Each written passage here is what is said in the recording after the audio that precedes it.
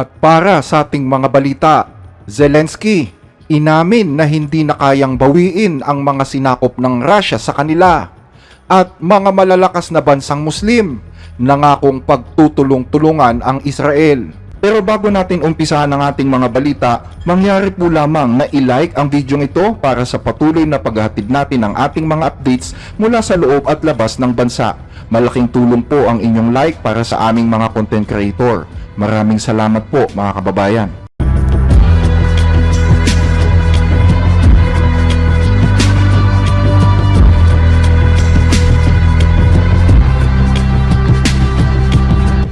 Noong Huwebes ay tahasang inamin ni Ukrainian President Volodymyr Zelensky na hindi na nila kayang bawiin sa Russia ang mga rehiyon na sinakop ng mga ito mula sa kanilang bansa.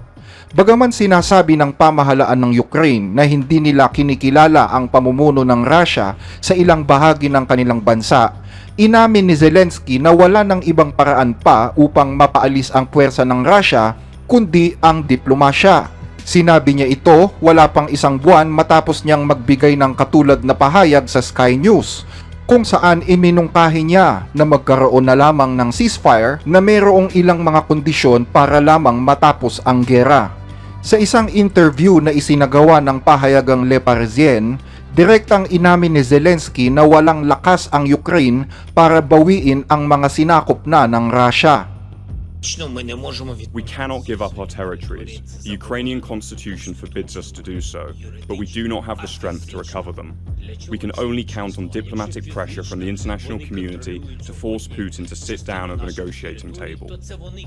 Sinabi ito ng Pangulo ng Ukraine kasabay ng anunsyo ni UK Defense Secretary John Healey na nangangailangan pa ng karagdagang 225 million pounds na military support ang Ukraine nang siya ay bumisita sa Kyiv.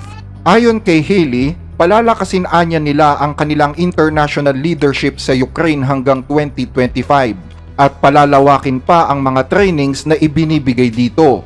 Magbibigay rin umano ng mga makabagong kagamitang pandigma, kabilang ang mga drones at bala na bahagi ng bagong 225 million pounds package support. Sa parehong araw, sinabi rin ng pinuno ng NATO ang hangarin nilang palakasin muna ang posisyon ng Ukraine para sa posibleng peace talks sa Russia sa hinaharap. Pero nababahala din si Mark Rutte kung kailan naman kaya magsisimula ang peace talks na ito. Dahil ayon sa kanya, ang mga sinabi ni Zelensky sa publiko ay maaaring gamitin ni Putin para laruin ang sitwasyon pabor sa kanila. Ayon kay Rutte, ang pangunahing layunin sa ngayon ay tiyakin na nasa magandang posisyon ang Ukraine sa oras na maganap ang peace talks na ito. Very much high on the agenda is to make sure that the president, his team, Ukraine are in the best possible position one day when they decide so. To start the peace talks. Ngunit kailangan din anyang tiyakin na maibigay ang lahat ng makakaya, lalo na sa air defense ng Ukraine.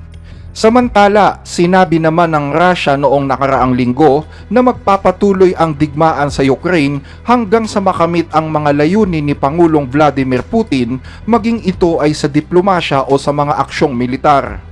Ayon sa tagapagsalita ng Kremlin na si Dmitry Peskov, wala pa umanong nagaganap na pag-uusap sa pagitan ng Moscow at Kyiv dahil patuloy ang Ukraine sa pagtanggi sa anumang negosasyon. Sa isang panayam noong nakaraang buwan sa Sky News, matatandaan na sinabi ni Zelensky na posibleng magkaroon ng peace talks sa pagitan ng Russia at Ukraine, yan ay kung papayagan umano na ilagay sa ilalim ng NATO ang mga natitirang teritoryo ng Ukraine na hindi pa nasasakop ng Russia. Ayon sa kanya, makakatulong ang hakbang na ito upang mabawi ang mga teritoryong nasakop sa pamamagitan ng diplomatikong usapan sa mga susunod na panahon.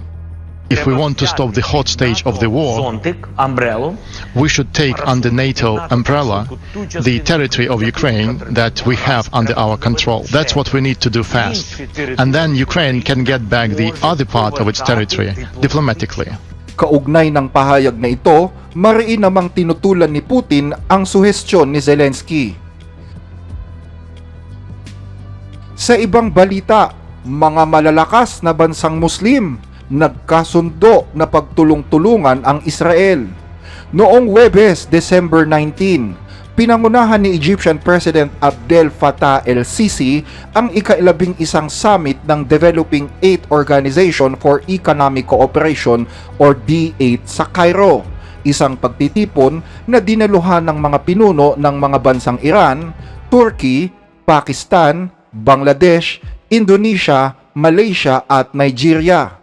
Makasaysayan ang nasabing pagpupulong dahil ito ang kauna-unahang pagbisita ng gobyerno ng Iran sa kabisera ng Egypt sa loob ng 13 taon.